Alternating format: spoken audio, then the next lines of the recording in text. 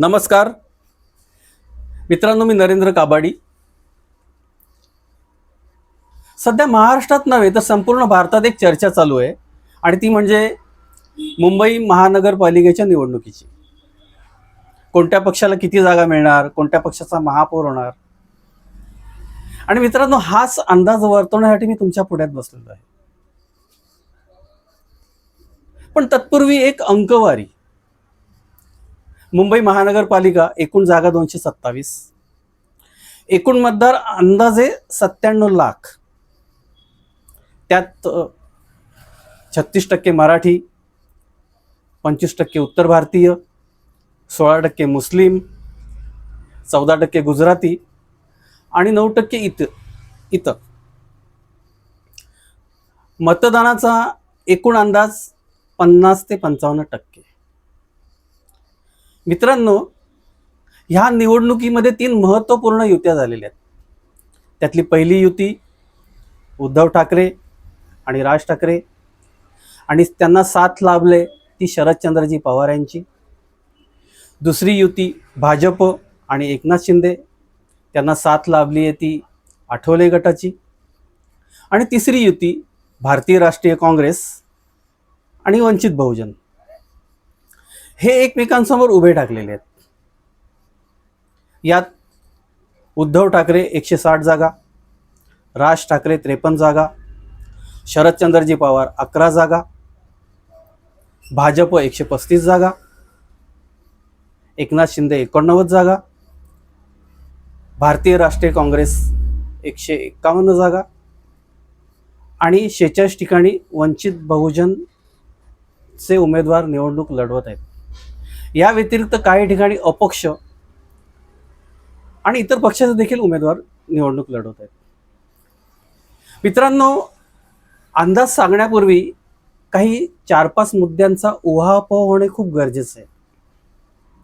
यातला पहिला मुद्दा निवडणूक प्रचार सभा. मित्रांनो, काँग्रेस यात कुठेही दिसली नाही, पण निवडणूक प्रचार सभेमध्ये सगळ्यात मोठी आघाडी घेतली ती भाजपने. त्यांनी त्यांच्या सभेमध्ये coastal road, Atal Setu, VDD चाळ, ॲक्वा 3 लाईन या गोष्टींचा खूप चांगल्या प्रकारे उल्लेख केला. आम्ही काय विकास केला आणि याच्यापुढे आम्ही काय विकास करणार आहोत हे मतदारांसमोर ठळकपणे मांडलं. पण या उलट ठाकरे युतीने आम्ही काय विकास केला आणि याच्यापुढे काय करणार आहोत हे न मांडता टीका टिप्पणीमध्ये जास्त वेळ वाया घालवला. उदाहरणार्थ ते अण्णामलाई, रसमलाई. मित्रांनो, नाही म्हटलं तरी मुंबईमध्ये कमीत कमी 4% उत्तर भारतीय आहेत. मग अशा टीका टिप्पणी केल्यानंतर तुम्हाला त्यांची मतं मिळतील का? असो. दुसरा आणि महत्त्वाचा मुद्दा म्हणजे भाजप आणि एकनाथ शिंदे यांची युती. मित्रांनो, एकनाथ शिंदे यांना मुंबईमध्ये पाय घट्ट रोवायचे आहेत आणि भाजपला त्यांचा महापौर बसवायचा आहे. आणि ह्याच गोष्टीमुळे दोन्ही पक्षाचे कार्यकर्ते मन लावून काम करत आहेत. तिसरा मुद्दा 16% मुस्लिम मतदार, जे सध्या संभ्रमावस्थेत आहेत. आम्ही नक्की कुठे जायचं? उद्धव ठाकरेंकडे जायचं, काँग्रेसकडे जायचं, MIM कडे जायचं की समाजवादी पार्टीकडे जायचं? आणि या सगळ्या संभ्रमावस्थेचा फटका उद्धव ठाकरे यांना बसण्याची दाट शक्यता आहे. आता चौथा मुद्दा असा की या उलट भाजप युतीला मराठी माणसाचा ठीकठाक पाठिंबा, उत्तर भारतीयांचा उत्तम पाठिंबा, गुजराती समाजाचा भरभक्कम पाठिंबा हा त्यांना तारणहार ठरणार आहे. असं जरी असलं तरी भाजपसमोर एक सगळ्यात मोठं आव्हान आहे, ते म्हणजे मतदानाचा टक्का 55% नेणं. ज्या ठिकाणी मतदानाचा टक्का 45% खाली राहील त्या ठिकाणी भाजपची किंवा भाजप युतीची जागा धोक्यात जाण्याची शक्यता आहे. तर मित्रांनो, now come to the point. म्हणजे आता मी माझा अंदाज वर्तवतोय.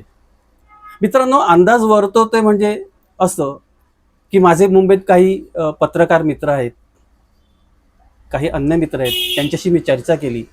मी ॲक्च्युअली तिथे ग्राउंडवर गेलो, तिथल्या लोकांच्या समस्या जाणल्या, तिथल्या लोकांशी बोललो आणि ह्या सगळ्या गोष्टी केल्यानंतर मी माझा अंदाज देत आहे.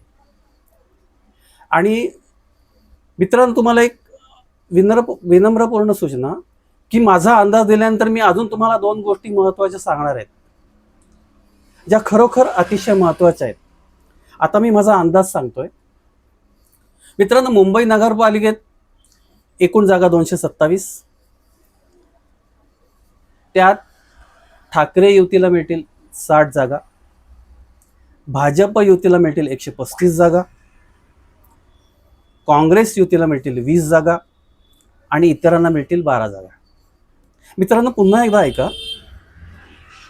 ठाकरे युतीला मिळतील 60 जागा, भाजप युतीला मिळतील 135 जागा, काँग्रेस युतीला मिळतील 20 जागा आणि इतरांना मिळतील 12 जागा. आता 2 महत्त्वाच्या गोष्टी. निवडणूक सुरू होण्याआधी भाजपला मनोमन वाटत होतं की ही निवडणूक तिरंगी चौरंगी व्हावी आणि त्याच पद्धतीने ही निवडणूक तिरंगी चौरंगी होते. आणि दुसरी आणि महत्त्वाची गोष्ट, भाजपला मनोमन हेच वाटत होतं की कोणत्याही परिस्थितीत शिवसेना, उद्धव बाळासाहेब ठाकरे आणि काँग्रेस हे 2 पक्ष एकत्र येता कामा नये.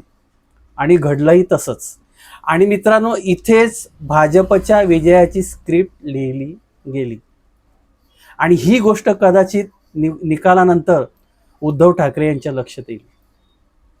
मित्रांनो, व्हिडिओ कसा वाटला ते प्रतिक्रिया द्या. निकालानंतर पुन्हा भेटूच. धन्यवाद. नमस्कार.